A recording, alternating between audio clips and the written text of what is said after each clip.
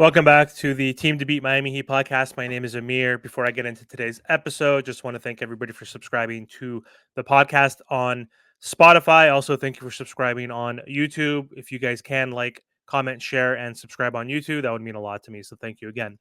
So for today's episode, I want to talk about the Miami Heat and how Barry Jackson reported that the Miami Heat are trying to do something. They're trying to make a move. Right now, a lot of Miami Heat fans are impatient and they're hoping that the Miami Heat makes some sort of move just for the sake of making a move, it seems like. And that happened this trade deadline in February, where the Miami Heat had to make some sort of change to this roster. They got Terry Rozier. So some of the fan base was happy. Some of them weren't happy because we had to give up a first round pick in order to acquire him. But again, I was happy to get Kyle Lowry off this team and put a younger, better option, even though he got hurt right at the end of the season, which is super unfortunate. We didn't get to see Terry in the playoffs. And I don't think it's a horrible trade, but it sucks that we did have to attach a pick to the Hornets to get that trade. But either way, Barry Jackson has been reporting that, the Heat have been linked to DeRozan and we were supposedly favorites, and now we're not because we can't commit a sign and trade because we're a first apron team. And in order to acquire DeMar DeRozan, we need to get some cap space because right now he's an unrestricted free agent and he wants to sign a contract, I'm assuming in the $20 to $30 million range. And again, the Miami Heat have no cap space. So in order to do that, we have to trade away Tyler Hero, a Terry Rozier, a Duncan Robinson, someone who makes 19, 25, and 30 million out of those three guys to clear up some space for him. Otherwise, DeMar can't sign with the Bulls for that. Let's say he wants 20 million per season. If he signs with the Bulls, he can't get traded to the Heat because we're a first apron team, like I mentioned. So he's not willing to take the MLE for 5.2, which I totally understand. But yeah, Barry Jackson, like I said, he tweeted, Heat is trying to do something in the trade market. I've been assured. DeRozan seems too difficult at the moment. Like I mentioned, other options less clear. That's why they have left themselves 7 million under the second apron for now. So it's not like they're sitting around playing Scrabble. So we know this Miami Heat team are trying to improve this roster. They want to get butts in the seat. They want to optimize Jimmy Butler's potential last season with the Miami Heat. Who knows?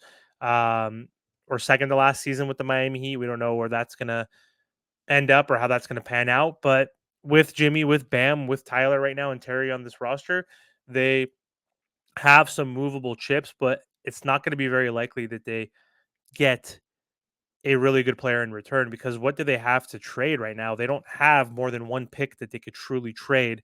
And a lot of teams right now are looking for first round picks. So if you want to get Trey Young, hypothetically, you would have to trade multiple picks, Tyler Hero at Jovic probably or Jaime, whichever one they want.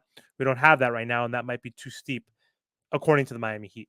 You want Brandon Ingram, then they can't get a first round pick, or the max we could do is Tyler Hero and a first round pick. Are they willing to take that, or can they get a better offer somewhere else?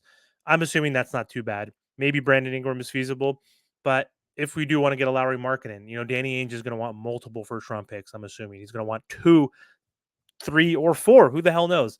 It's going to be tough to negotiate with him because him and Pat Riley don't have the best pass. So either way, the Miami Heat don't have a lot of assets and capital right now that they can trade for those types of players. They could offload Tyler Hero's contract to the Jazz or to the Pistons, perhaps, to get some cap space, or even trade Tyler Hero to the Nets for a Finney Smith who's making $14 million and maybe a Dennis Schroeder, and the Miami Heat gets some cap relief, maybe $5 or $6 million, depending on the cap space that the Nets have, which I don't know. But there's options where we can trade Tyler away for less contracts. We're not going to be able to do that to the point where we get him completely off the books and get no money in return. The way that Philadelphia said that, basically if Jimmy Butler was available, they would trade us just all draft picks and take his salary because they did have cap space before they paid Paul George. So the Jazz and the Pistons are our only hope if we want to dump a salary and get nothing really in return and create a lot of cap space. Or like I said, if the Nets are willing, trade us a couple guys that equal, 23, $24 million. Tyler's making 29 next year. The Heat can get 6 million in cap space. So that's 6 plus 7 is 13. And there'll be 13 million below the apron. More wiggle room to make some sort of trade, but it's gonna be hard for them to make any big trade at this point. But apparently, according to Barry Jackson, the Miami Heat are willing and looking to make an offer with a team. We just don't know what's going to happen yet. So we just got to sit back, be patient, see what happens. The Miami Heat are apparently trying, and again, it's not going to be great because we're most likely going to run it back with a slightly altered team. And that's just the nature of our reality. So let me know what you guys think in the comments. Is it likely we actually get a Brandon Ingram, DeMar, Trey Young caliber type player, or do you think it's going to be more like a Finney Smith type of role player, perhaps that we can get, or are we going to get nobody? Keep Tyler, keep Terry, keep Bam, keep Jimmy, obviously, and add another veteran minimum guy like a Marcus Morris or someone who's cheap that is a wing player that could possibly replace Caleb Martin or Haywood Highsmith if they're gone. So we'll see. Let me know in the comments what you think. Thanks, guys, for watching.